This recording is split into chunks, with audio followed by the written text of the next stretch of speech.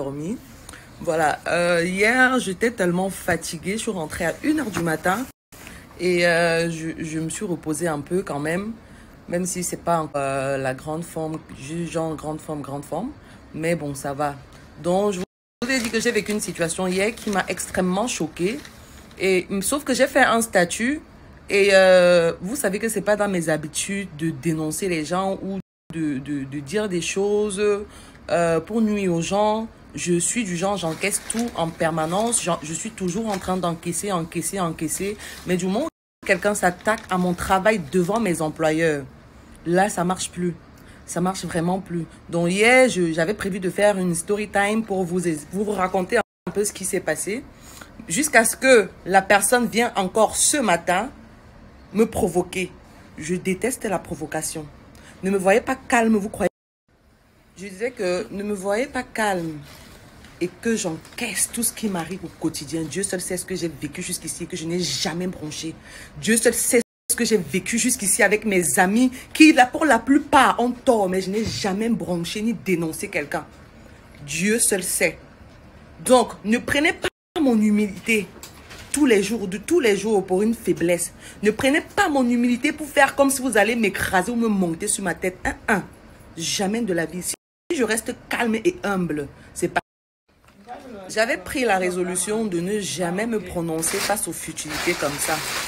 De ne jamais prendre ma caméra comme ça pour venir faire des vidéos où je suis en train de dire ce qui m'arrange, ce qui me dérange ou ce qui me choque, parce que c'est un signe de faiblesse. Ça, par contre, c'est un signe de faiblesse. Mais aujourd'hui, je décide de faiblir. Parce que si je continue à me taire comme ça, les gens vont penser qu'ils vont se lever chaque jour et chacun va venir déposer son tas de merdier sur ma tête et partir comme ça, impuni. Non, c'est la dernière fois. C'est la dernière fois. Aujourd'hui, c'est la dernière fois. Chacun maintenant, avant de me faire les conneries comme ça, va réfléchir par 10 fois. Je dis bien par 10 fois. Je ne mange pas chez quelqu'un. Je ne pars pas chez quelqu'un. Je ne fréquente même pas les gens. Je suis chez moi en permanence. Quand je finis mon travail, je rentre chez moi. Parce que je ne veux pas nuire à la tranquillité de quelqu'un. Je ne veux pas nuire à la vie de quelqu'un. Mais ce n'est pas... Donc, mes braves, j'ai été coupée par mon manager. Et là, je suis un peu calme. Voilà, je pense que c'est mon manager qui a raison quand il dit que commencer à accorder du crédit à ce genre d'énergumène, c'est leur donner un peu de ma lumière. Parce que ce sont des gens qui cherchent à briller par tous les moyens, tous les jours, mais qui n'arrivent pas parce qu'ils ont un sale karma. Ils n'arrivent pas. Ils sont obligés de racoler, de faire des courbettes, de lécher les bottes. Je ne lèche pas les bottes des gens. Que tu sois le pape, je ne lèche pas les bottes des gens. Je ne lèche les bottes de personne. Je suis ici parce que je le mérite. Pas parce que j'ai léché les bottes des gens, j'ai dû faire des courbettes aux gens, j'ai dû tailler des putes et sucer des queues pour en arriver là. Je suis ici par mérite. Si je suis venu à Yaoundé, c'est par mérite. C'est pas parce que quelqu'un m'a tendu la main. Donc je peux comprendre ta frustration. Je peux comprendre ce qui te dérange. Parce que sûrement pour arriver où tu es, pour venir prester devant ces milliers de personnes, tu as dû faire des trucs que quand tu regardes Muriel et que tu vois qu'elle est arrivée là par mérite, ça te dérange. Ça te dérange. Oui, ça te dérange. C'est tout ce qui te dérange. Cette frustration. Mais ne te sens pas frustré par moi parce que je n'occupe pas ta place. On n'est pas venu là-bas au même titre. On n'est pas venu là-bas. Et ne vous fiez pas à ce que les paresseux des réseaux sociaux disent. Si je suis arrivée où je suis aujourd'hui, ce n'est pas à cause du pouvoir des fesses, comme vous le dites, comme vous avez l'habitude de le dire. Ne prenez pas mon silence pour une faiblesse. Je vous dis ça tous les jours. Moi, je sais d'où je viens. Je sais ce que j'ai dû batailler. Batailler, pas ce que j'ai dû sacrifier pour être là.